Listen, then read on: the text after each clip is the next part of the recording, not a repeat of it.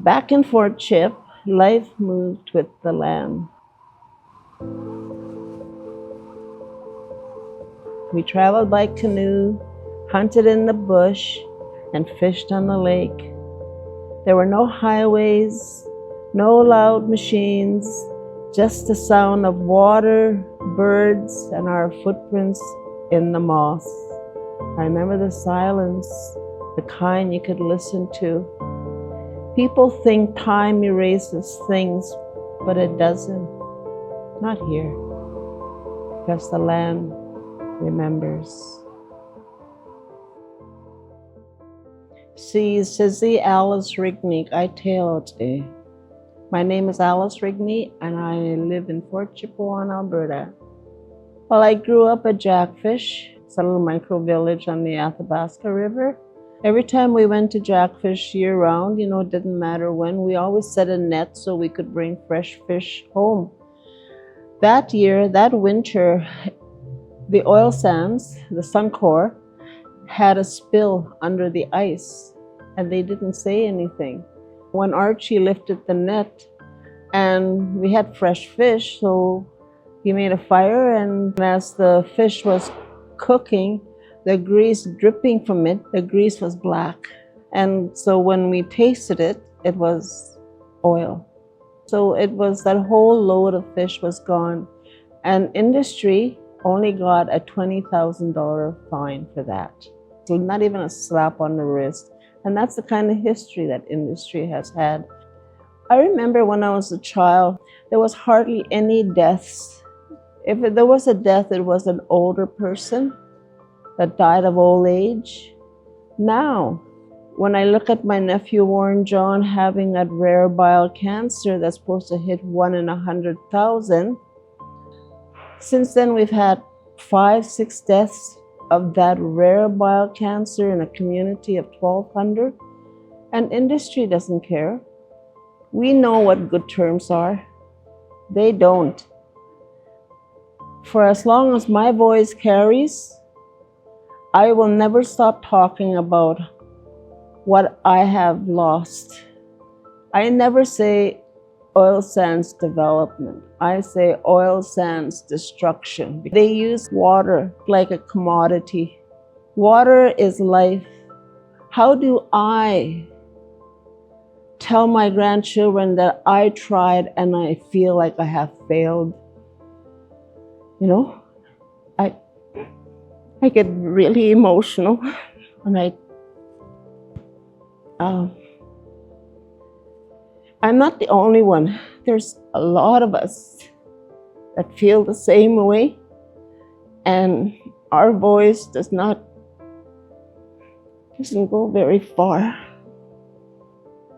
I'm very adamant, and I'm very proud to be a Dene woman who still lives off the land, who is still a land user, who still can read the water when I go out, who knows how to make dry meat, who knows how to cook over the fire, who knows how to pick berries and medicines. I know how to do all those things. My mother taught me.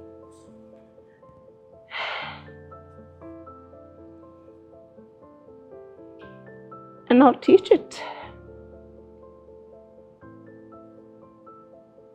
That's who I am. I get very emotional when I talk about the land, because I am the land. The ecosystem that I live is in your blood. It's in my granddaughter's blood, my grandchildren.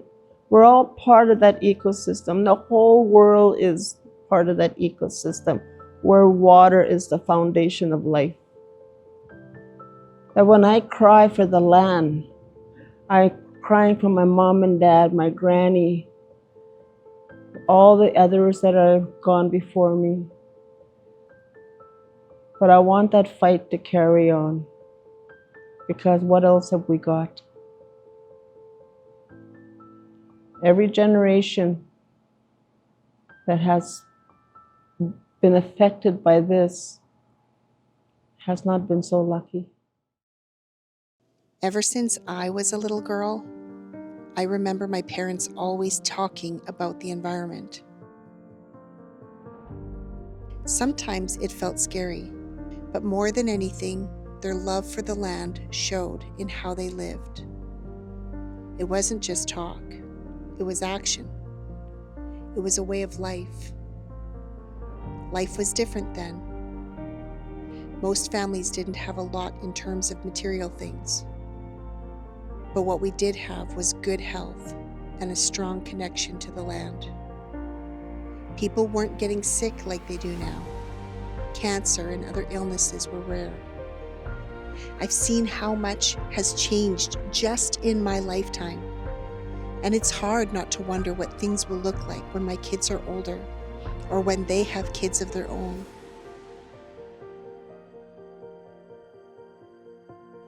Setune Alice was one of the first people to speak out. She told the truth. She fought for the water, the animals, and the people, even when no one listened. My mom was there for the shift. She saw what it was like before things changed, and she lived through the change. I didn't just hear the stories, I felt the weight of them. I saw the land struggling and my family hurting. The reason why we speak out is to remember, to understand what was lost, and to remember what was sacred. Not just for myself, but for the land too. When I'm a grandmother, I'll sit with my grandkids by the water, and I'll wonder if they'll ever know what it used to be like. Not just the land, but the way that it felt. The way the air smelt after the rain, and how the sky was so big, it would make you feel small in the best way. How the water was clean enough to drink, and when the fish we caught tasted like home. My grandma tried to protect that. My mom tried to hold on, and me, I tried to make it visible again.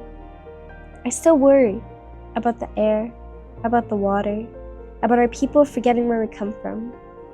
Maybe we couldn't undo the damage, but maybe we did something else. Maybe we left a trail of memory strong enough for the next ones to follow.